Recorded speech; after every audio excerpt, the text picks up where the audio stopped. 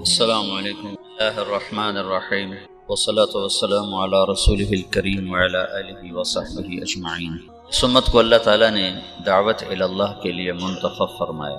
دنیا دارالامتحان ہے، اللہ چاہتا تو نہ یہ سبق بھولتے نہ یہ صراط مستقیم سے ہٹتے، لیکن اللہ نے اسباب کے ساتھ اس جہان کو چلایا ہے، اور خیر اور شر دونوں قوتوں کو اللہ نے خود اتارا اور بنایا ہے۔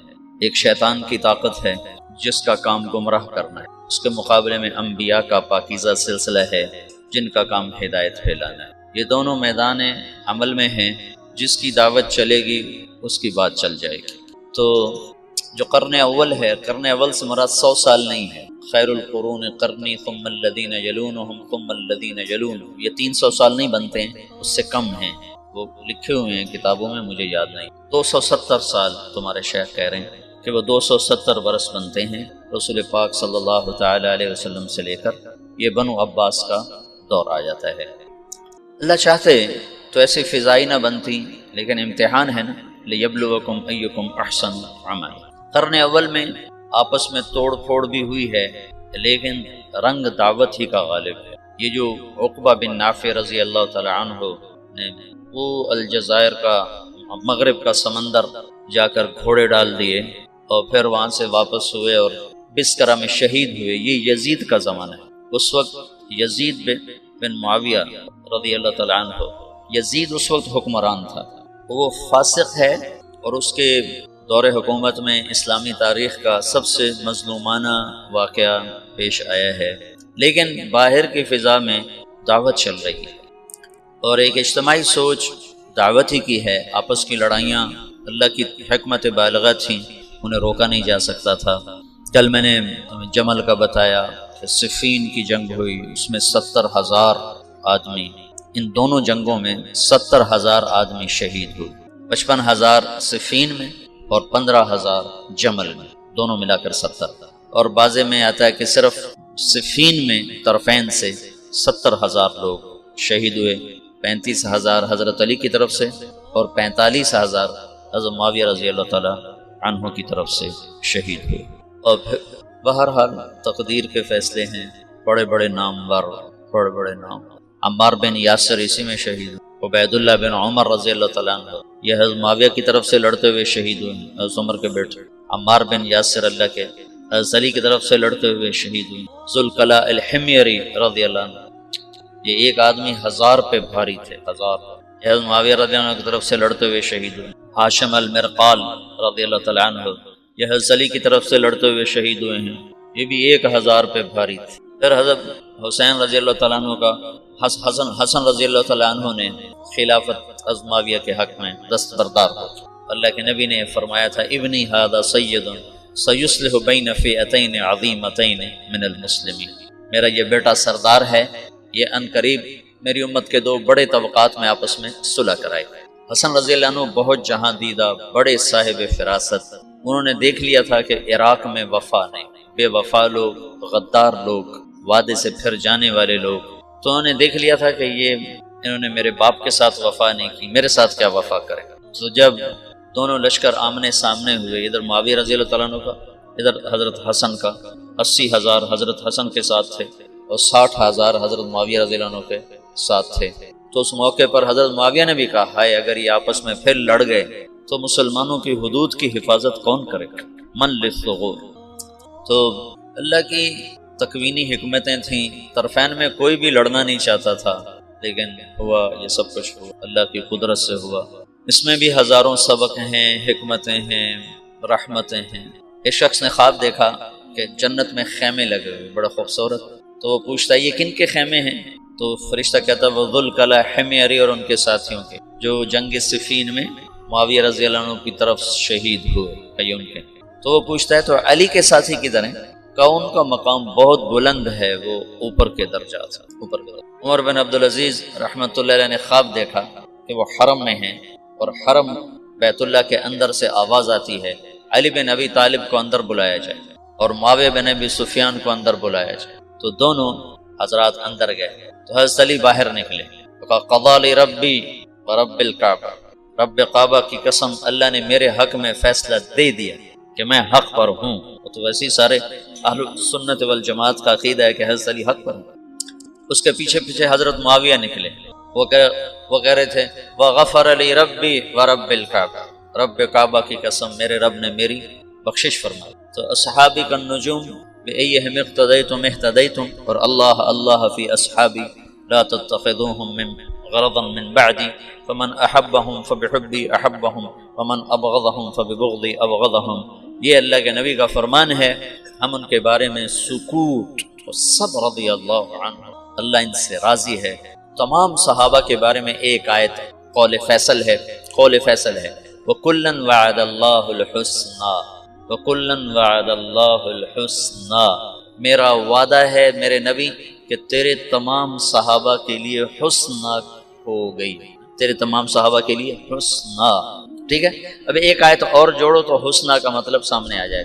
ان الذین سبقت لهم من الحسنى اولئک عنها مبعدون لا يسمعون حسیسها وهم فيما اشتهت انفسهم خالدون لا يحزنهم الفزع الاکبر وتتلقاهم الملائکہ هذا يومكم الذي كنتم توعدون. یہ حسنہ کی تفسیر خود قرآن میں آ گئی کہ جن کے لیے تیرا رب حسنہ کا فیصلہ کر چکا ہے وہ جہنم سے بڑی دور ہوں گے، اتنی دور ہوں گے کہ جہنم کی آواز ہی نہیں سن سکے، اس کا سانس ہی نہیں سن سکے، اس کی آہٹ ہی نہیں سن سکے، اور اپنی نعمتوں میں مزے میں ہوں گے ہمیشہ کے لیے. اور اس دن کا خوفناک عالم انہیں خوف اور غم میں مبتلا نہیں ہونے دے گا، بلکہ وہ اپنے مزے میں ہوں گے اور فرشتے ان کا استقبال کریں گے.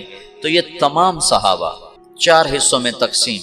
پہلی صف مہاجرین، دوسری صف انصار، تیسری صف صلح حدیبیہ سے پہلے ایمان لانے والے، چوتھی صف صلح حدیبیہ سے فتح مکہ تک ایمان لانے والے. یہ 4 صفیں ہیں اور یہ چاروں کے درجات مختلف ہیں اور قرآن نے 2 بنائی ہیں، دو بنائی ہیں. لا یستوی منکم من انفق من قبل الفتح وقاتل اولئک اعظم درجة من الذین انفقوا من بعد وقاتلوا وکلا وعد اللہ الحسنى. تو بعض لوگ فتح سے مراد حدیبیہ لیتے ہیں اور بعض حضرات فتح مکہ لیتے ہیں کہ اللہ تعالیٰ فرما رہے ہیں میرے محبوب فتح پر ایمان لانے والے اور اس سے پہلے ایمان لانے والے برابر نہیں ہو سکتے. تو چونکہ صلح حدیبیہ کو بھی انا فتحنا لک فتحا مبینا کہا ہے اللہ تعالیٰ نے، تو بعض یہ فرماتے ہیں کہ یہ حدیبیہ سے پہلے ہیں اور حدیبیہ کے بعد، اور بعض مفسرین فرماتے ہیں کہ یہ فتح مکہ سے پہلے اور فتح مکہ پر ایمان لانے والوں سے لے کر آخر تک. تو یہ تقسیم تو اللہ نے بھی کی ہے کہ سب کے مقامات برابر نہیں ہیں. اور خلافت 30 سال چلنی تھی، اس کے بعد نہیں چلنی تھی. الخلافت بعدی 30 سنہ، خلافت میرے بعد 30 سال. تو پھر کیا ہوگا؟ ثم یکون ملکا ورحمہ، پھر بادشاہت ہوگی رحمت والی. پھر کیا ہوگا؟ ثم یکون ملکا عضوضا، پھر ہوگا ایک دوسرے کو کاٹ کھانے والا ملک اور قتل و غارت، سفک دماء اور ظلم و ستم والا ملک ہوگا. حضرت حسن کی نے جس دن جب یہ 2 لشکر آمنے سامنے ہوئے تو حضرت حسن نے کہا میں نہیں لڑتا، میں صلح کرتا. تو حضرت حسین نے خود آ کر حضرت حسن پہ وہ چڑھائی کی، ان کو تارے دکھا دی. انہوں نے کہا بھائی انہوں نے تیرے باپ کے ساتھ وفا نہیں کی، تیرے بھائی کے ساتھ کہاں سے وفا کریں گے، میں جو کر رہا ہوں ٹھیک کر رہا ہوں. اور اللہ کے نبی کا فرمان سچا ہو رہا ہے کہ یہ میرا بیٹا 2 فریق میں صلح کرائے. اور لوگوں نے کہا مسود المسلمین، مسلمانوں کے چہرے سیاہ کرنے والا. تو انہوں نے کہا انا مبید المسلمین، میں مسلمانوں کے چہرے سفید کرنے والا، کہ میں نے تلواروں کو نیام میں ڈال دیا، آپس میں ٹکرانے کی بجائے دشمن کے آگے کر دیا. خلافت ختم ہو گئی 30 سال. اب بادشاہت آنی ہے. بادشاہت کسی بھی بڑے سے بڑے صحابی کو یہاں بٹھایا جاتا تو بادشاہت چلنی تھی، خلافت علی منہاج النبوہ نہیں چلنی تھی. اس کے 30 سال پورے ہو چکے تھے. تو اب بادشاہ ہونا کسی بھی بڑے درجے کے صحابی کی شان کے خلاف تھا. اس کے لیے 4تھی صف کا آدمی ہونا ضروری ہے، اور 4تھی صف میں معاویہ بن ابی سفیان سے بہتر ایک بھی نہیں ہے حکومت کے لیے. بادشاہت بڑے پہلی صف کے صحابہ کو زیبا نہیں ہے، دوسری صف کے صحابہ کو زیبا نہیں ہے، تیسری صف کے صحابہ کے لیے بادشاہ کا نام آنا نامناسب ہے. اب ملک کا جو لفظ آنا چاہیے وہ 4تھی صف کے لوگوں پر آنا چاہیے جو فتح مکہ پر ایمان لائے. تو معاویہ رضی اللہ عنہ فتح مکہ پر ایمان لانے والوں میں ہیں، اگرچہ کہتے ہیں کہ وہ پہلے لائے تھے لیکن چھپایا ہوا تھا، لیکن اسی اسلام کو معتبر مانا جاتا ہے جس پر اس کا اظہار ہوتا ہے، تو اظہار فتح مکہ پر تھا، یہ فتح مکہ پر ایمان لائے ہیں، اور یہ بنو امیہ میں سے ہیں جو کہ بنو ہاشم کے بعد دوسرے نمبر کا وجاہت والا خاندان، پہلا نمبر عرب میں تمام قبائل انسانیت میں بنو ہاشم کا ہے۔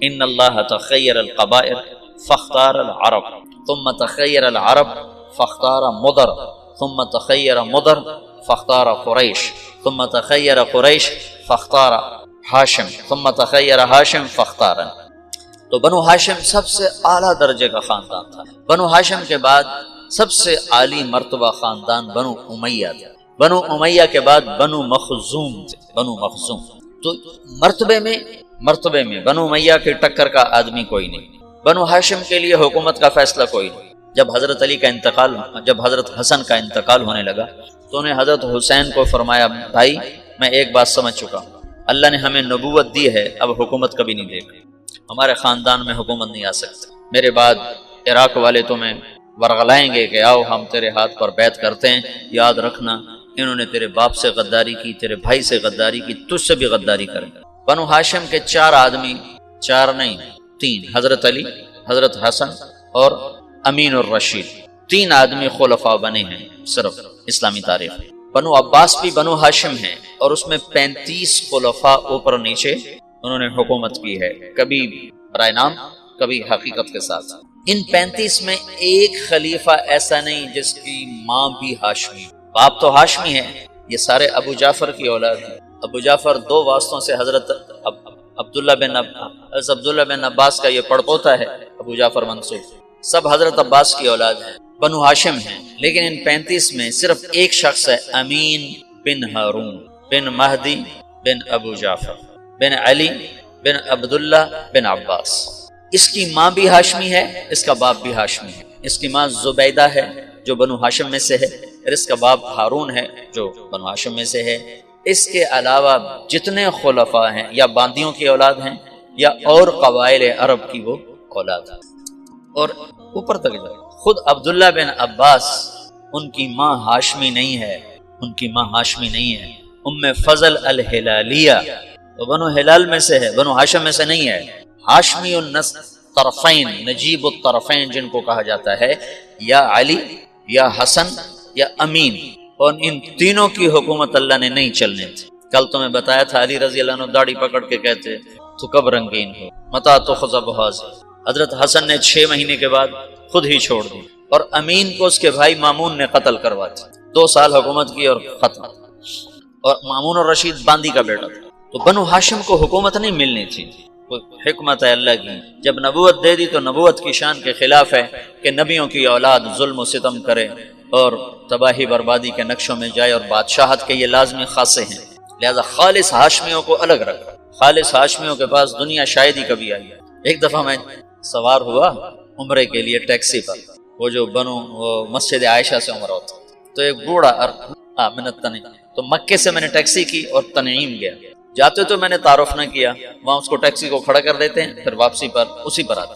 واپسی پر میں نے اس سے تعارف کیا، میں نے کہا تم کس قبیلے سے ہو؟ انہوں نے کہا انا من الاشراف، وہاں بنو ہاشم کو سادات کو اشراف کہتے ہیں، ہمارے یہاں سید کہتے ہیں۔ تو میں نے اس کو اشراف کے فضائل سنانا شروع کر دیا، تو وہ اس کا روتے روتے برا حال ہو گیا۔ جب میں حرم اترا 50 ریال طے کیے تو انہوں نے کہا نہیں تم سے نہیں لیا، تو تم نے مجھے سنا دیا ہے بھائی، یہی میرا معاوضہ ہے، نہیں چاہیے، چھوڑ دیا۔ ایک دفعہ میں رات کو بیت اللہ کا طواف کر رہا تھا، بہت تھوڑا رش تھا، تو اس وقت حجر اسود کے سامنے جو زمزم کا کنواں تھا، اس کی نشانی کے طور پر ایسے گول پتھر تھا، ایک گول نشان اوپر ہوتا تھا جسے پتہ چلتا تھا کہ یہاں نیچے زمزم کا کنواں ہے۔ وہاں ایک بوڑھا قرآن پڑھ رہا تھا نماز میں، صحیح۔ میں اس کے قریب سے گزروں طواف کرتے ہوئے تو اس کی آواز میرے کان میں پڑی، تو بڑی دلکش آواز، عمر 70-80 سال کے درمیان، لیکن قرآن اتنا خوبصورت پڑھ رہا تھا کہ میرا دل کھچا اس کی طرف۔ تو میں طواف ختم کرنے کے بعد اس کے قریب جا کے میں نے نفل شروع کر دیا، تو وہ اس وقت نماز پڑھ کے فارغ بیٹھا، وہ شعر پڑھ رہا تھا، اشعار میں نا اللہ اس کے رسول کی تعریف کے اشعار پڑھ رہا تھا، مجھے اشعار تو یاد نہیں۔ تو جب میں نے کان لگا کے سنے تو اس کے اشعار نے میرے اندر ایسے ہلچل پیدا کر. تو پھر میں نہ رہ سکا, میں بابے کے پاس چلا گیا, سلام کیا. میں نے کہا بابا جی شیخ الکریم من این انت؟ انا من موریتانیہ. میں نے کہا الی من تنتسب؟ انا من الاشراف. میں نے کہا بابا پھر ٹھیک ہے, تیرا کلام ایسا ہی ہونا چاہیے جو ہلا کے رکھ دے. تو اس پھول کو اللہ تعالیٰ نے صرف مہکنے کے لیے رکھا ہے, مرجانے کے لیے نہیں. اور جب یہ دنیا میں جائے گا تو مرجا جائے گا. اب اس میں مہدی آئیں گے آخر میں, حسن کی اولاد میں, جو بادشاہ نہیں مہدی بن کر آئیں گے, ہادی بن کر آئیں گے. تو اب خلافت سے بادشاہت آ رہی ہے. بادشاہت کے لیے بڑے صحابی کا ہونا مناسب ہے. تو اللہ نے حضرت معاویہ کا انتخاب کیا جو بنو امیہ میں سے ہیں, اور بادشاہت کے لیے چوتھی صف میں سے ہیں, اور حکومت کی تربیت پا چکے ہیں 18 برس سے. یزید بن ابی سفیان کو حضرت عمر رضی اللہ تعالیٰ نے شام کا گورنر بنایا تھا, دمشق کا. جب ان کا انتقال ہوا تو ان کی جگہ معاویہ رضی اللہ عنہ کو کوئی 22 سال کی عمر میں بنا دیا تھا گورنر. تو ابو سفیان نے پوچھا کہ دمشق کا گورنر کس کو بنایا عمر؟ کہا تیرے بیٹے معاویہ کو بنایا. کہا وصلت الرحم وصلک اللہ, وصلت الرحم وصلک اللہ. حضرت عمر کے دور سے حکومت شروع کی, عثمان رضی اللہ عنہ کے دور تک اور علی رضی اللہ عنہ کے دور تک 18 برس حکومت کے سارے راز سمجھ چکے ہیں. پھر اس کے بعد جنگ صفین کے بعد تحکیم کا واقعہ پیش آیا, تو اس کے بعد انہوں نے اپنے آپ کو امیر المومنین کا لقب لے لیا. اور پھر اس کے بعد حضرت حسن نے جب خلافت سے دستبردار ہو گئے تو بلا شرکت پھر ساری اسلامی سلطنت کے امیر المومنین بنے. تو حکومت کا تجربہ پہلے ہو چکا ہے, مزید 19 برس 38 سال حکومت کی, 19 سال بطور گورنر اور 19 سال بطور امیر المومنین. یہ پہلے بادشاہ ہے, لیکن یہ بادشاہ ہیں رحمت والے. اور ایک حدیث میں تھا احلم امتی معاویہ, میری امت کا حلیم ترین آدمی ہے معاویہ بن ابی سفیان. وہ فرمایا کرتے تھے مجھے معاف کرنے میں اتنا مزہ آتا ہے, مجھے ڈر لگتا ہے کہ کہیں مجھے کل قیامت کے دن اس کا اجر ہی نہ ملے. تمہیں تو بدلہ لینے میں مزہ آتا ہے, جواب دینے میں مزہ آتا ہے, اور اگلے کو سوئی چبھونے میں مزہ آتا ہے. وہ کہتے مجھے معاف کرنے میں مزہ آتا ہے, اور ایسا مزہ ہے کہ مجھے ڈر لگتا ہے کہیں مجھے اللہ یہ نہ کہہ دے تو اپنے مزے کے لیے کرتا. ان کی بردباری نے, ان کے حلم نے ساری امت کو جوڑ دیا. اور پھر دعوت کی گاڑی چل پڑی, اور پھر روم کی طرف لشکر کشی. یہ شمالی افریقہ میں جو لشکر کشی ہے یہ حضرت عثمان کے دور میں شروع ہوئی, لیکن بعد میں بغاوت ہوئی اور سب فتوحات دوبارہ ہاتھ سے نکل گئی تھیں. پھر دوبارہ حضرت معاویہ رضی اللہ عنہ کے دور میں عقبہ بن نافع رضی اللہ تعالیٰ عنہ کے ذریعے سے ان علاقوں کو دوبارہ لیا گیا. اس میں بر مسلسل بغاوتیں کرتے تھے, مسلسل. پھر یزید کے دور میں جا کر وہ بغاوتیں ختم ہوئیں اور ایک استحکام نصیب ہوا, اور اس میں حضرت عقبہ بن نافع رضی اللہ تعالیٰ عنہ شہید ہوئے. اور بسکرہ الجزائر میں ایک جگہ ہے, وہاں ان کی قبر بنی ہے. اور ابو لبابہ رضی اللہ عنہ آپ کے تیونس میں مدفون, ابو لبابہ رضی اللہ تعالیٰ عنہ. تو حسین رضی اللہ تعالیٰ عنہ کی یزید کے دور میں حسین کی شہادت کا واقعہ پیش ہے.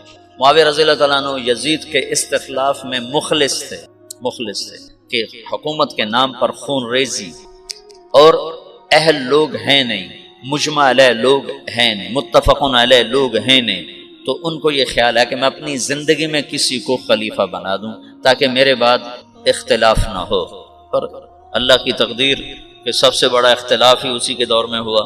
تو اتنا کہا لم یبقى الا ابنی و ابناؤہم و ابنی احق. اور بات یہ ہے کہ جب کوئی سیاسی طور پر طاقت پکڑتا ہے تو اس کا ایک مضبوط جتھا بن جاتا ہے, اس جتھے کی وابستگیاں ہو جاتی ہیں اس خاندان کے ساتھ, ان کو وہاں سے ہٹانا بڑا مشکل ہوتا ہے, بڑا مشکل. میں تو تاریخ کو تبلیغ سے بڑا سمجھوں. حضرت مولانا انعام الحسن صاحب رحمۃ اللہ علیہ کا انتقال ہوا 1995 میں, تو میواتیوں کو بہت بڑا گروہ نظام مرکز کے آگے ایک مسجد ہے, وہاں میں نے کئی نمازیں پڑھی ہوئی ہیں, وہاں مسلح ہو کے اکٹھے ہو گئے کہ اگر مولانا سعد کے علاوہ کسی اور کو امیر بنایا گیا تو ہم اسے قتل کر دیں. اور مولانا سعد صاحب بچے بالکل, اس وقت 30 سال بھی عمر نہیں تھی اس وقت ان کی. تو ہمدردیاں وابستہ ہو جاتی ہیں. اور ایک طبقہ مولانا زبیر صاحب کا ساتھی ہو گیا کہ اگر مولانا زبیر صاحب کے علاوہ کسی اور کو امیر بنایا گیا تو ہم اس کو زندہ نہیں چھوڑیں. یہ تو مفتی زین العابدین رحمۃ اللہ علیہ کو تبلیغ والے دعا دیں, جو اس وقت ان کی صلاحیتیں کھل کر سامنے آئیں. وہ فتوے کے مفتی تو اتنے نہیں تھے کہ بعد میں مطالعے کا موقع ہی ختم ہو گیا. شروع میں افتاء میں کام کیا تو اس سے مفتی کہلانے لگے, لیکن بعد میں تو ان کے سفر تھے. لیکن تبلیغ کا مفتی شاید ہی ماں نے ایسا جنا جس نے اتنے بڑے اختلاف کو ایسے جوڑا, آج کل کے یہ مفتی ہیں نا، یہ ناقل ہیں، ناقل۔ یہ جتنے تمہارے دارالافتاء میں بیٹھے ہوئے جن کو آپ کہتے ہو مفتی صاحب مفتی صاحب، یہ مفتی نہیں ہیں، یہ ناقل ہیں۔ یہ تو فتویٰ نقل کر کے دے دیتے ہیں، اپنی بصیرت کے ساتھ معاملات کو سلجھانے والے کو مفتی کہتے ہیں۔ مولانا سعید خان صاحب کہتے تھے، 98 میں انتقال ہوا، اس وقت کہتے تھے پاکستان میں 2.5 مفتی ہیں، مفتی احمد علی سن رہے ہو؟ کہتے تھے پاکستان میں 2.5 مفتی ہیں، 2 پورے ہیں، 1 آدھا ہے۔ میں نے کہا جی کون ہے؟ کہ بتاؤں گا، نہیں بتاؤں گا۔ مفتی اس کو نہیں کہتے جو بدائے ثنائے سے فتویٰ نقل کر کے دے دے، اور عالمگیری سے اور تمہاری وہ کیا ہے در مختار سے یا ان کتابوں سے تمہیں فتویٰ نقل کر کے دے دے۔ یہ تو ناقلین ہیں۔ اب تو یہ بے وقوف 1 سال تخصص میں کرنے کے بعد خود اپنا نام کے ساتھ مفتی لکھتا ہے، مفتی طارق جمیل۔ تو الو کو عبارت پڑھنی نہیں آتی اور خود اپنے نام کے ساتھ مفتی لکھواتا ہے۔ مفتی کا مطلب ہے مفت کی کھانے والا، ویلیاں کھانا۔ مفتی اس کو کہتے ہیں جو اپنی بصیرت کے ساتھ مسائل کی گتھیاں سلجھا دے۔ ساری زندگی مفتی صاحب رحمت اللہ علیہ کی قدر، اللہ کا شکر ہے تمام اکابر کی قدر دل میں رہی، تو مفتی صاحب کا روب داب، جلال اور شاہی ٹھاٹ باٹ ایسے ذرا بود رہتا تھا۔ لیکن پہلی دفعہ ان کی عظمت اور ہیبت سامنے آئی جب 95 میں حضرت جی رحمت اللہ علیہ کا انتقال ہوا، اور جیسے انہوں نے تبلیغ والوں کو سنبھالا، مفتی صاحب نہ ہوتے تو نظام الدین میں پھٹا پڑ جاتا اور رائمنڈ والے نظام الدین سے الگ ہو چکے ہوتے۔ اس بندے نے ایسے جو اصل مفتی ہونے کا حق ادا کیا، وہ زین العابدین کے نام کا حق ادا کیا۔ تو میں اس سے یزید کے استخلاف کو سمجھا کہ معاویہ رضی اللہ عنہ بے بس تھے، کہ سیاسی وابستگیاں اور محبتیں خاندانوں کے ساتھ وابستہ ہو جاتی ہیں، شورائی نظام نہیں چل سکنا تھا، یہ طبعی چیز ہے، یہ ہو جانا تھا۔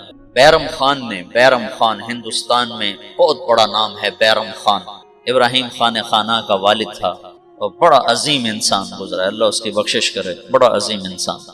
مغل خاندان کے لیے اس کی بڑی خدمات ہیں۔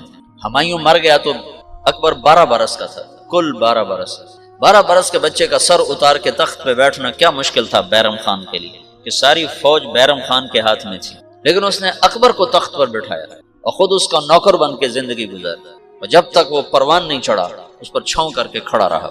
یہ جذبات وابستہ اللہ کا نظام ہے، جب وہ کسی کو بادشاہی دیتا ہے تو پھر اس کے مطابق وہ نظام چلا دیتا ہے۔ تو معاویہ رضی اللہ عنہ نے یزید کا استخلاف کیا، اس میں ابو بکر کے بیٹے عبد الرحمن اور عبداللہ بن عمر اور عبداللہ بن زبیر اور حسین بن علی رضی اللہ تعالی عنہم، ان لوگوں نے شدید مخالفت کی۔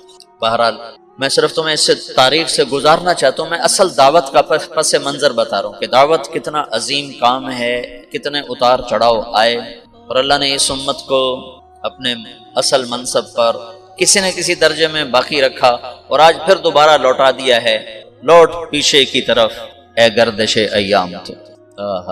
غزل اس نے چھیڑی مجھے ساز دینا، ذرا عمر رفتہ کو آواز دینا۔ یہ عمر رفتہ جو پیچھے بیت گئی، یہ وہ آواز ہے، یہ آواز کہن ہے، شراب کہن پھر پلا ساقیا، وہی جام گردش میں لا ساقیا۔ یہ وہی قرن اول کا ہیرا ہے دعوت، جس کو مولانا الیاس کے ذریعے سے اللہ تعالیٰ نے زندہ فرمایا۔ اس کے سامنے ہر محنت چھوٹی پڑتی جائے گی۔ اس محنت میں لگنے والوں کے درجے قیامت کے دن تم بڑے بلند دیکھو، دیکھنے میں وہ نہ اکابر میں ہوں گے نہ اصاغر میں ہوں گے تمہاری نظروں میں، لیکن وہ قیامت کے دن دیکھو گے کہ بڑے بڑے مشائخ بھی ان کے آگے تمہیں چھوٹے نظر آئیں گے، کہ کہاں سارے عالم کو سامنے رکھ کر محنت کرنا، قدم اٹھانا، کہاں صرف ایک ذات کو سامنے رکھ کر محنت کرنا، زمین آسمان کا فرق۔ تو یزید کے استخلاف میں حسین رضی اللہ عنہ کی شہادت کا واقعہ پیش ہے۔ یزید کے بارے میں ایک گروہ ہے جو اس کو کافر کہتا ہے، یہ بھی غلط ہے۔ ایک گروہ اہل سنت والجماعت سے خارج ہو چکا ہے، وہ یزید کو رضی اللہ عنہ کہتا ہے اور امیر المومنین کہتا ہے، اور انتہائی خرافات واہیات الفاظ استعمال کرتا ہے اس کی برات کے لیے۔ اس قدر اس کی برات میں آگے جاتے ہیں کہ اہل بیت کی شان میں کمی آتی ہے۔ اہل بیت تو ہمارا سرمایہ، اہل بیت تو ہمارے ایمان کا، ان سے محبت نہ کرنا ایمان کی کمی ہے، ان سے محبت کرنا ایمان کا حصہ ہے۔ اللہم انی احبہما فاحبب من احبہما۔ حسن حسین کے بارے میں اللہ کا نبی کہہ رہا ہے یا اللہ جو ان سے پیار کرے تو بھی ان سے پیار فرما۔ تو افراط و تفریط تو ہلاکت ہے۔ ایک اس کو امیر المومنین بنانے کے چکر میں پڑ گیا، یہ بھی صراط مستقیم سے ہٹے ہوئے لوگ، اور ایک ان کو اس کو کافر بنانے پہ لگ گیا، یہ بھی صراط مستقیم سے ہٹے ہوئے لوگ ہیں۔ وہ فاسق تھا، ظالم تھا، سفاک تھا، اس کا معاملہ اللہ کے سپرد ہے۔ یہ واقعہ پیش آنا تھا، اللہ کی تقدیر تھی حضرت حسین کے لیے یہ شہادت عظمیٰ، یہ مقام لکھا جانا تھا۔ سر کربلا، سر کربلا اقبال کی ایک نظم ہے فارسی میں، کہیں ملے تو پڑھنا، بہت عالی شان۔ وہاں ایران میں ایک بہت بڑی بنائی گئی یادگار، تو اس میں ایک طرف تو ایران کے ایک بڑے نامور آدمی کا خطبہ ہے اور دوسری طرف اقبال کی نظم ہے سر کربلا۔ تو علی شریعتی وہاں کے بڑے ادیب، بڑے عالم، بڑے شاعر، وہ وہاں اس کے افتتاح کے لیے آئے، تو انہوں نے دیکھا تو ادھر لکھا ہوا محمد اقبال سیالکوٹ، تو انہوں نے کہا تمہیں کسی ایران کے شاعر کا کلام نہیں ملا یہاں لٹکانے کے لیے، جو کہ ہندی کا کلام تم لکھ رہے ہو؟ تو وہاں کی مجلس شورا نے کہا کوئی کلام اس کی ٹکر کا لا کے دکھا دو تو اس کو اتار کے اس کا لگا دیں، کوئی کلام لا کے دکھا دیں۔ سر کربلا تو 35-36 اشعار ہیں، کمال۔ تو اہل بیت کے لیے ایک منقبت، ایک فضیلت، ایک شہادت، ایک اللہ کی طرف سے مقدر تھا، اس نے ہونا تھا وہ ہو گیا، لیکن ہمیں دراڑ پڑ گئی۔ پھر بنو امیہ کے خلاف ایک نظام چلا اندر ہی اندر، لیکن اللہ نے اہل بیت کو اس میں سے نکال دیا۔ لوگوں نے محمد بن حنفیہ کے ہاتھ پر بیعت فرمائی، جو حضرت علی کی دوسری بیگم سے اولاد ہیں، حضرت فاطمہ کی اولاد نہیں ہے۔ 132 ہجری تک بنو امیہ کی حکومت ہے، 132 ہجری تک وحدت کلمہ ہے، اور عربیت غالب ہے، عجمیت قریب بھی نہیں ہے، عربیت کی سادگی ہے اور عربیت کی صفات ہیں، ظلم و ستم موجود ہے لیکن اس پہ چھاپ عربیت ہے۔ 132 ہجری میں پہلی دفعہ وحدت کلمہ ٹوٹ کے پھر ٹوٹ گئی، ٹوٹتی تو کئی دفعہ رہی لیکن جڑ جاتی تھی۔ پہلا حکمران بنو امیہ کا مروان اور آخری بھی مروان الحمار، بڑا صفات والا حمار کہتے تھے جفا کشی کی وجہ سے، اگر اس کو تھوڑی سی سنبھلی ہوئی سلطنت ملتی تو شاید وہ اور کئی سو سال بنو امیہ کے جھنڈے گاڑ دیتا، اور مردے کو ہاتھ میں لے کر کون زندہ کر سکتا ہے؟ اس وقت بنو امیہ مر چکے تھے، ہشام کے بعد زوال شروع ہو گیا تھا۔ تو 132 ہجری میں بنو عباس حکمران آ گئے اور عبداللہ الصفاح یہ پہلا خلیفہ بنا۔ تو جب خطبے کے لیے کھڑا ہوا تو اس کے ہاتھ سے ڈنڈا گر گیا، عصا، تو اس کا رنگ فق ہو گیا۔ اس نے اس سے فال لی کہ یہ تو ہمارا امر، ہماری حکومت شاید نہیں چل سکے گی، کہ ہاتھ سے عصا گر گیا۔ تو ایک بدو کھڑا ہوا، اس نے کہا مسافر منزل پر پہنچنے کے بعد اپنے عصا کو رکھ دیا کرتا ہے۔ اس نے فوراً اس کی فال کو ادھر بدل، ان کا مسافر منزل پہ پہنچنے کے بعد اپنے عصا کو رکھ دیا کرتا ہے۔ تو صفاح نے اس کو، صفاح کہتے بھی اس نے، صفاح خون بہانے والا، اس کا سالار تھا ابو مسلم خراسانی۔ حجاج نے 1,25,000 آدمی قتل کیے اور بنو امیہ کا تخت بچھایا، اور ابو مسلم خراسانی نے 7 لاکھ افراد قتل کیے اور بنو عباس کا تخت بچھایا۔ اور 5 سال کے بعد پہلا توڑ ہوا کہ اندلس کی حکومت الگ ہو گئی۔ اندلس میں ایک لڑکا نوجوان عبد الرحمن بن معاویہ بن ولید بن یزید بن عبد الملک بن مروان، یہ 20 برس کی عمر میں دھکے کھاتا یہ پہلے افریقہ میں پھرتا رہا، اندلس، الجزائر، مراکش سب بنو امیہ تھے۔ پھر یہ دریا پار کیا، سمندر پار کیا اور اندلس پہنچ گیا۔ وہاں اس کو بنو امیہ کے کچھ خیر خواہ مل گئے تو اس نے وہاں حکومت کی داغ بیڑ ڈالی، 600 آدمیوں کے ساتھ 20,000 کے لشکر کو شکست دی۔ چلو، بہت خوبصورت آدمی تھا، بڑا جواں مرد، بڑا جواں ہمت، بڑا عالی حوصلہ۔ جب وہ وہاں پہنچا تو اس کو ایک خوبصورت لڑکی پیش کی گئی، جاریہ، کنیز۔ کہنے لگا اس میں مشغول ہوتا ہوں تو اپنے مقصد کو بھولتا ہوں، اور مقصد میں لگتا ہوں تو اس کا حق ادا نہیں کر پاتا، تو میں اپنے مقصد پہ ہر شے قربان کر سکتا ہوں، مقصد کو نہیں قربان کر سکتا۔ جب اللہ مجھے میرا کھویا ہوا مقام دے دے گا تو ایسی باندیاں اور بہت مل جائیں گی۔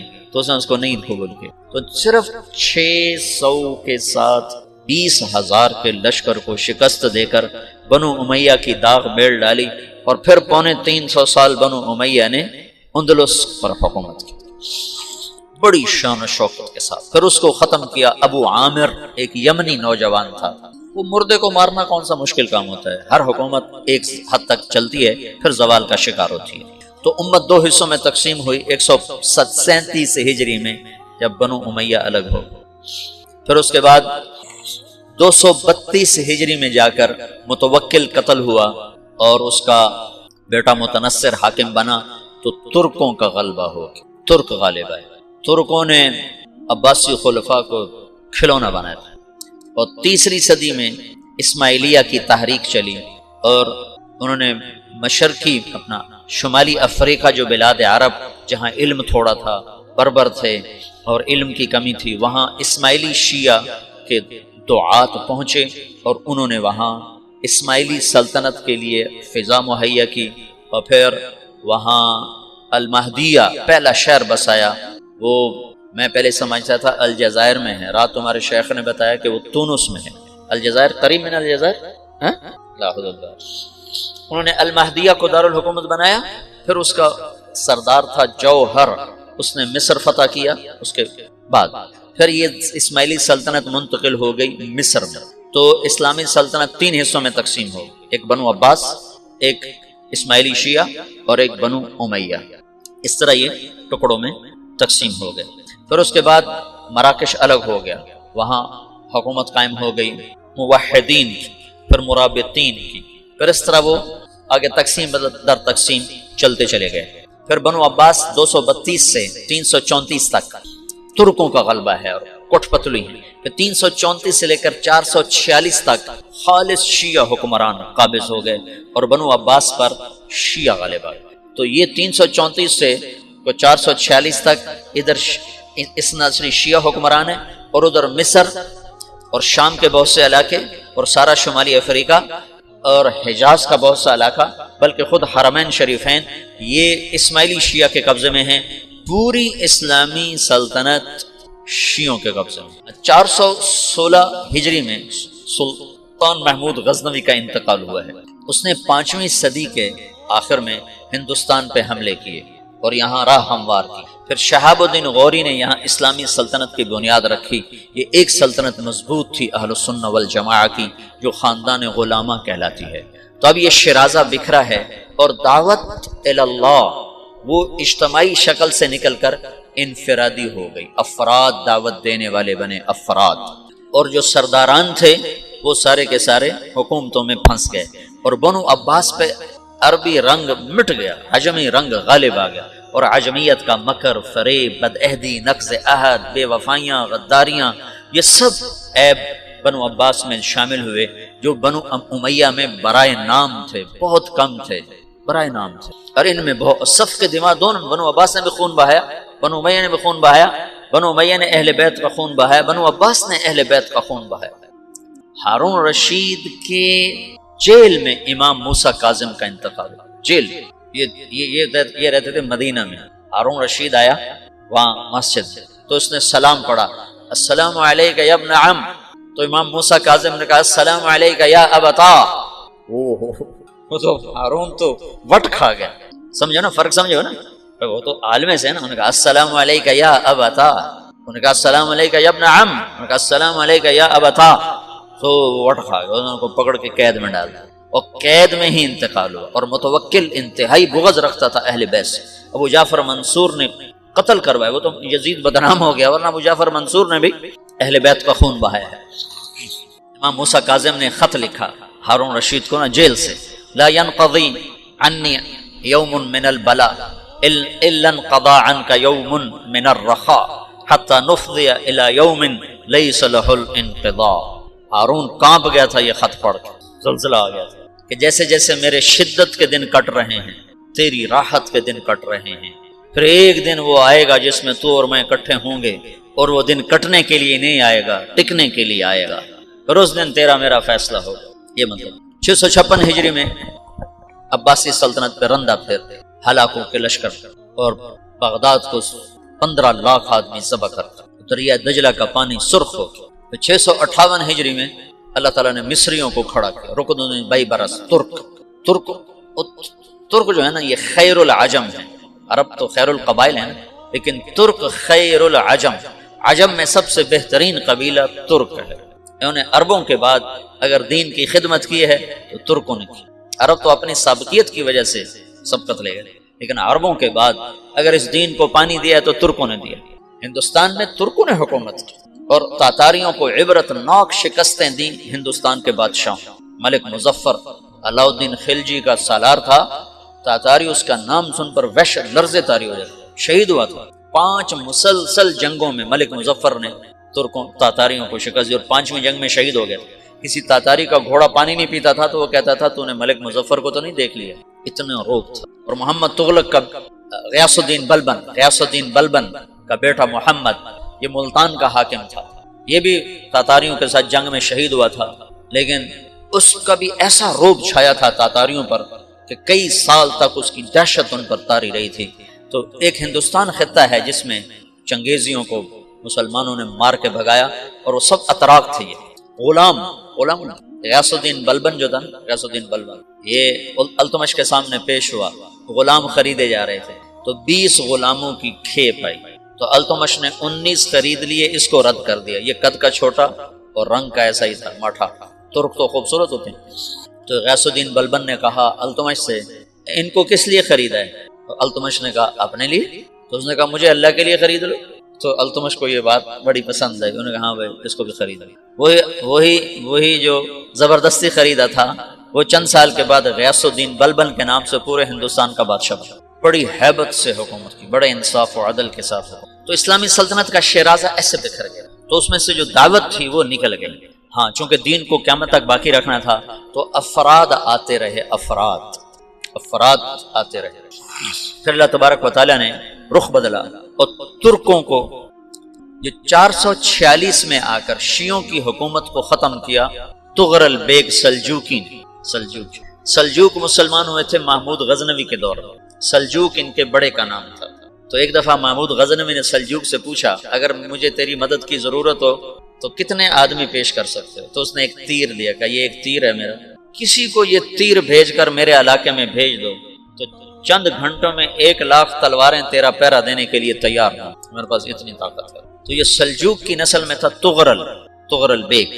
اللہ تعالیٰ نے جب عرب زوال کا شکار ہو گئے اور ضعف کا شکار ہو گئے، جیسے بڑھاپے کا کوئی علاج نہیں، جب قوموں پہ زوال آتا ہے تو اس کا بھی کوئی علاج نہیں، پھر اور قوم کو جگہ ملتی ہے۔ جیسے بڑھاپا ایک فرد پہ آتا ہے، ایسے بڑھاپا قوم پہ آتا ہے۔ قوم کا بڑھاپا جوانی میں نہیں لوٹ سکتا، جیسے فرد کا بڑھاپا جوانی کی طرف نہیں لوٹ سکتا، قوم کا بڑھاپا جوانی کی طرف نہیں لوٹ سکتا، کوئی علاج نہیں، نئی نسل کا آنا ہی علاج۔ تو عرب دھل چکے تھے، 600 سال بہت ہوتے ہیں حکومت کو، اپنی صفات گم کر چکے تھے، اب نئے خون کی ضرورت تھی۔ تغرل بیگ پہلا شخص تھا جس نے آ کر اہل السنت والجماعت کو استحکام بخشا، شیعوں کی حکومت کو ختم کیا، بغداد سے، شام سے، ان سارے علاقوں سے۔ صلاح الدین ایوبی نے اسماعیلی شیعہ کی حکومت کو ختم کیا، مصر العازد ان کا آخری خلیفہ تھا۔ صلاح الدین ایوبی نور الدین زنگی رحمۃ اللہ علیہ کا پروردہ تھا، اس کا دوست تھا، اس کے دوست بھی تھا، بچہ بھی تھا، اس کے سامنے زیادہ لکھنے پڑھنے کا شوق تھا۔ پھر اللہ تعالیٰ نے اس سے کام لیا اور اس کو مصر کا گورنر بنا کے بھیجا، مصر کی مدد کے لیے بھیجا، تو وہاں اس نے صلاح الدین ایوبی نے وہاں ختم کیا، تغرل بیگ نے یہاں ختم کیا۔ تو پھر سلجوق جو تھے نا یہ اقتدار میں آئے، ادھر ختم ہو گئی سلطنت بنو عباس کی، مصر ایک چھوٹی سی ترکوں کی سلطنت۔ تو اللہ تعالیٰ پھر مرکزیت کے لیے ایک نظام چلائے، 2 لشکر آپس میں لڑ رہے ہیں، ایک میدان، ایک جنگلی بدوؤں کا قافلہ، جنگل کے لوگ اپنے قبیلے کو لے کر، ایک جنگلی قبیلہ اپنے سردار کے ساتھ نقل مکانی کر رہا ہے ایک جگہ سے دوسری جگہ۔ اللہ کا نظام کہ یہ لوگ چلتے چلتے چلتے اس وادی میں پہنچ گئے جہاں جنگ ہو رہی ہے، 2 لشکر آپس میں لڑ رہے ہیں۔ جب یہ وہاں پہنچتے ہیں تو ایک لشکر کے قدم اکھڑ رہے ہیں اور دوسرا غالب آ رہا ہے۔ ان کو نہیں پتا شکست کھانے والے کون ہیں اور فتح پانے والے کون، ان کو نہیں پتا۔ اس جنگلی قبیلے کے سردار کا نام بھی تغرل ہے، تغرل۔ تو یہ سردار کہتا ہے جو شکست کھا رہے ہیں ان کی مدد کرو، کچھ پتہ نہیں کون ہے، کہتا جو شکست کھا رہے ہیں ان کی مدد کرو۔ تو 400 وحشی جنگلیوں نے فاتح لشکر کے پیچھے حملہ کر دیا۔ تو ایک کافی ہوتا تو 400 دوڑ جب تلواریں پڑیں تو چند لمحوں میں نقشہ بدل گیا، بھاگنے والے جم گئے اور جمنے والے بھاگ پڑے۔ جب جنگ ختم ہوئی تو شکست خوردہ لشکر کے بادشاہ نے ان کو بلایا، اسے پوچھتا ہے مجھے جانتے ہو میں کون ہوں؟ کہا نہیں۔ کہا تو تم نے میری مدد کیوں کی؟ کہا انسانی ہمدردی کی وجہ سے، تمہیں شکست ہو رہی تھی اس لیے تمہاری مدد کی۔ اور اس نے اپنا تعارف کرایا، میں ہوں سلیمان سلجوقی ترکی کا بادشاہ۔ مسلمانوں کا لشکر تھا اور تاتاریوں سے شکست کھا رہا تھا، تاتاری فتح پا رہے تھے، مسلمان شکست کھا رہے تھے، تو وہ اللہ کی غیبی مدد بن کر آیا۔ تو وہ اس سے کہتا ہے میرے ساتھ رہنا پسند کرو، تم نے میرے اوپر احسان کیا ہے، میں اس کا بدلہ دینا چاہتا ہوں، میرے ساتھ رہنا پسند کرو گے؟ کہنے کا کر لوں گا۔ تو اس کو لے کر ترکی آیا، اور استنبول اس وقت روم کی حکومت میں تھا، اس سے فتح کیا اس تغرل کے آگے چوتھے پانچویں پڑپوتے محمد فاتح نے۔ تو یہ استنبول ہے، یہ ترکی ہے، بیچ میں ایک چھوٹا سمندر ہے، یہاں ایک جاگیر ہے۔ تو سلطان سلیمان کہتا ہے یہ جاگیر تجھے وقف ہے، ادھر سے رومی مجھے تنگ کرتے ہیں حملے کر کر کے، تو میرا دفاع کرتے رہنا، یہ جاگیر تیری۔ اس جاگیر پہ اس نے اپنے قافلے کو آباد کر دیا، اپنے قبیلے کو، اور ایک چھوٹی سی حکومت بنا لی، جو ایک صوبہ سمجھو سلیمان سلجوقی کا، وہ ایک چھوٹا سا صوبہ ہے۔ وہاں جب یہ رہ پڑا تو پھر یہ ایک شیخ کے بیت ہوتا ہے، وہاں شیخ طریقہ ہے، ان کے یہ بیت ہونے جاتے ہیں، وہ اس کو رات اپنے پاس ٹھہراتا ہے، تو ایک کمرے میں ان کا خادم ٹھہراتا ہے۔ یہ جب کمرے میں جاتا ہے تو سامنے دیوار میں طاقچے پر قرآن پڑا ہوا ہے، تو یہ تغرر بیگ کہتا ہے یہ کیا ہے، یہ کیا ہے؟ تو وہ خادم کہتا ہے یہ کتاب اللہ ہے، قرآن ہے۔ وہ اس کو وہاں چھوڑ کے باہر چلا جاتا ہے۔ وہ دیہاتی آدمی، جنگل کا رہنے والا، پہلی دفعہ زندگی میں قرآن دیکھا، وہ کہتا ہے یہ قرآن ہے، میں اللہ کی کتاب کے سامنے سو جاؤں، کتنی بے ادبی ہے۔ تو اس نے ایسے قرآن اٹھایا اور سر پہ رکھ لیا اور کھڑا ہو، ساری رات قرآن سر پہ رکھ کے کھڑا رہا۔ رات کے پچھلے پہر اس کو خواب آیا، کھڑے کھڑے اس نے دیکھا کہ اس کی پشت سے ایک چاند نکلا اور شیخ کی بیٹی کے سینے میں جا کے اتر گیا۔ پھر اس لڑکی کے سینے سے ایک درخت نکلا جو پھیلتے پھیلتے پھیلتے 3 بر اعظم پہ چھا گیا، افریقہ پر، یورپ پر، ایشیا۔ پھر اس کی آنکھ کھل گئی، وہ کھڑا ہوا ہے، تو اس نے صبح یہ خواب اپنے شیخ کو سنایا، تو انہوں نے اپنی بیٹی اس کے نکاح میں دی۔ اس بیٹی سے ایک بچہ پیدا ہوا، تغرل بیگ نے اس کا نام رکھا عثمان، عثمانی ترک نام سنو، جو میں نے کل بتایا تھا کہ 1924 میں وہ خلافت ختم ہوئی، تو ایک بیٹا پیدا ہوا عثمان۔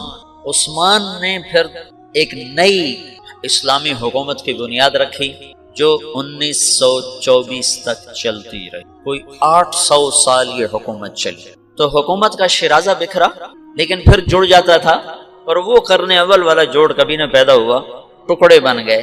ان ٹکڑوں میں اللہ لوگ پیدا کرتا رہا جو دعوت دیتے رہے، دعوت زندہ رہی۔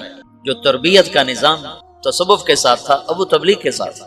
میں 1991 میں گیا تھا گجرانوالے جماعت، تو ایک لڑکا ملا بنو کا، 4 سال میں تھا، کہنے لگا میں 3 چلے لگا کے مدرسے میں آیا، مدرسے میں آنے کے بعد میرا ذہن تصوف کا بن گیا۔ تو ایک دفعہ میں نے حضرت تھانوی رحمۃ اللہ علیہ کو خواب میں دیکھا، تو انہوں نے ارشاد فرمایا بیٹا تصوف ہمارے دور کی چیز تھی، اب تبلیغ کا زمانہ، ہمارا دور چلا گیا، اب تبلیغ کا دور۔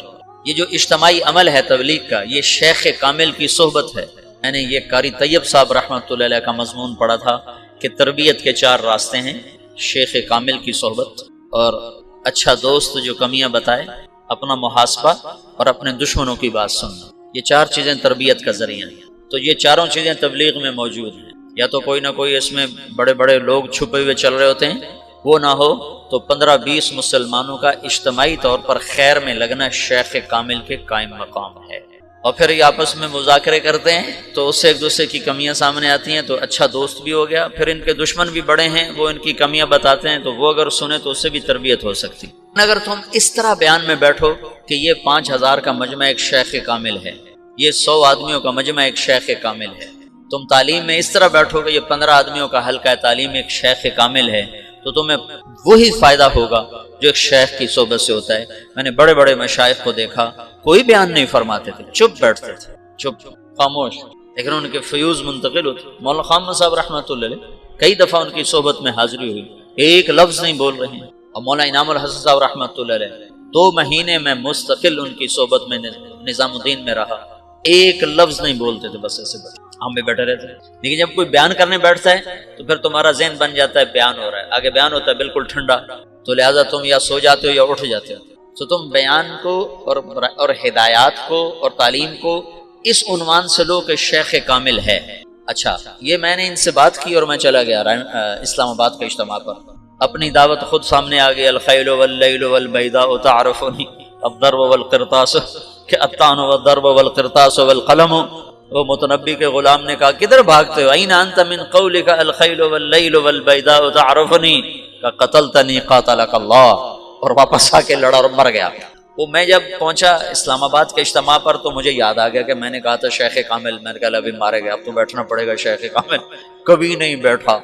مولانا سعید خان صاحب کے بعد کوئی نہیں بیٹھا، تو میں بیٹھ گیا۔ عصر کے بعد ایک عام بھائی بیان کر رہے تھے، بابر صاحب رائمنڈ کے مقیم بیان کر رہے تھے، میں عصر سے مغرب مسلسل بیٹھا اس تصور کے ساتھ کہ میں یہ جو 40-50 ہزار کا مجمع ہے یہ ایک شیخ کامل ہے۔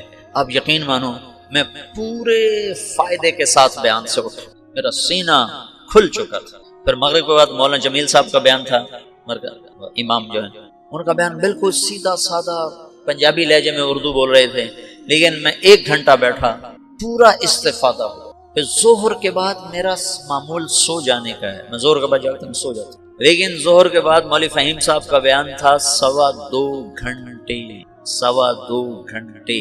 میں اس کو اگر بطور بیان بیٹھتا تو میں 2.25 منٹ بھی نہ بیٹھ سکتا، میں 2.25 گھنٹے ایسے بیٹھا رہا اس تصور میں کہ میں ایک شیخ کامل کی صحبت میں۔ مجھے اتنی نورانیت محسوس ہوئی، اتنا مجھے نفع ہوا کہ میرا 1 منٹ کے لیے جی نہیں چاہا کہ بیان ختم ہو جائے اور ہم اٹھیں، نہیں تو گھڑی پہ نظر ہوتی کب ختم ہوگا کب ختم ہوگا۔ شیخ کامل کی صحبت ہے اجتماعی عمل، شیخ کامل کی صحبت ہے، تربیت کا یہ نظام ہے۔ تو پہلے جو مشائخ تھے وہ ایسے نہیں بیٹھتے تھے۔ شیخ الاسلام بہاؤالدین زکریا کے میں سیرت پڑھی، کان کثیر السیاح، تمام مشائخ ایسے تھے۔ اور یہ شیخ الاسلام تو عجب کوئی مشائخ میں سے تھے، جو سہروردی سلسلے والے، ان کو اللہ نے اتنا رزق دیا تھا کہ جب ان کا انتقال ہوا تو ان کے ایک بیٹے کو 10 ارب روپیہ آیا تھا، 10 ارب روپیہ، 7 لاکھ دینار فی کس، 10 ارب روپیہ بنا، اور باقی جائیداد الگ، اور ان کے جو اپنی زندگی میں خرچ تھے وہ الگ۔ وہ مبلغین کی جماعتیں انڈونیشیا تک انہوں نے اپنی جماعتیں روانہ فرمائیں تبلیغ کے لیے، اور سارے بر صغیر، ملائیشیا، سری لنکا، اور ایک عجب ان کی سیرت میں پڑی بات، جس ملک میں بھیجنا ہوتا تھا اس کی زبان ان مبلغین کو سمجھاتے تھے اور ان کو سکھاتے تھے، پھر ان کو بہت سا پیسہ دیتے تھے کہ تمہیں سوال نہ کرنا پڑے، بچاؤ۔ تو دعوت کا کام شخصیات میں آ گیا، بادشاہوں نے چھوڑ دیا شخصیات۔ صرف ہندوستان کی تاریخ میں ایک بادشاہ گزرا ہے جس نے دعوت کی سرپرستی کی، وہ محمد تغلق، اور وہ ویسے خر دماغ تھا، چھوٹی چھوٹی باتوں پہ قتل کر دیتا تھا، تو اس کی وہ چیز گہنا گئی یعنی ماند پڑ گئی۔ لیکن ایک بادشاہ ہے محمد تغلق جس نے دعوت کی محنت کو میدان بنایا اور کہا کہ جاؤ ہندوؤں کو دعوت دو۔ تو دعوت اللہ ختم نہیں ہوئی، اجتماعی شکل ختم ہوئی اور منتقل ہو گئی افراد میں، مشائخ میں، علماء میں، واعظین میں۔ ابن جوزی کے ہاتھ پر 20,000 لوگ مسلمان، 1 لاکھ لوگ طائب ہوئے۔ امام احمد بن حنبل رحمۃ اللہ علیہ کے جنازے کو دیکھ کر 20,000 غیر مسلموں نے کلمہ پڑھ لیا تھا کہ یہ مر کے ایسا ہر دل عزیز ہے۔ تو یہ ایک مختصر سا خاکہ میں نے تمہیں بتایا ہے، مختصر سی تاریخ تمہیں بتائی ہے کہ قرن اول سے آج تک کس طرح امت بٹ گئی، تقسیم ہو گئی، اور دعوت کی روح مر گئی، افراد میں زندہ رہی، ان کی برکت سے آج بھی دین باقی ہے۔ علماء، اہل اللہ اور صالحین اور واعظین جنہوں نے اپنے دھن میں اللہ کی بات کو پہنچایا بھی صحیح، سنایا بھی صحیح، اور تمام بلاد میں، افریقہ میں، یورپ میں، ایشیا میں، ہر ملک میں اللہ نے ایسے لوگ پیدا فرمائے جو ٹکر لیتے رہے۔ پھر یہ نیا دور آیا اور یہ تبلیغ کا کام شروع ہوا، یہ انشاءاللہ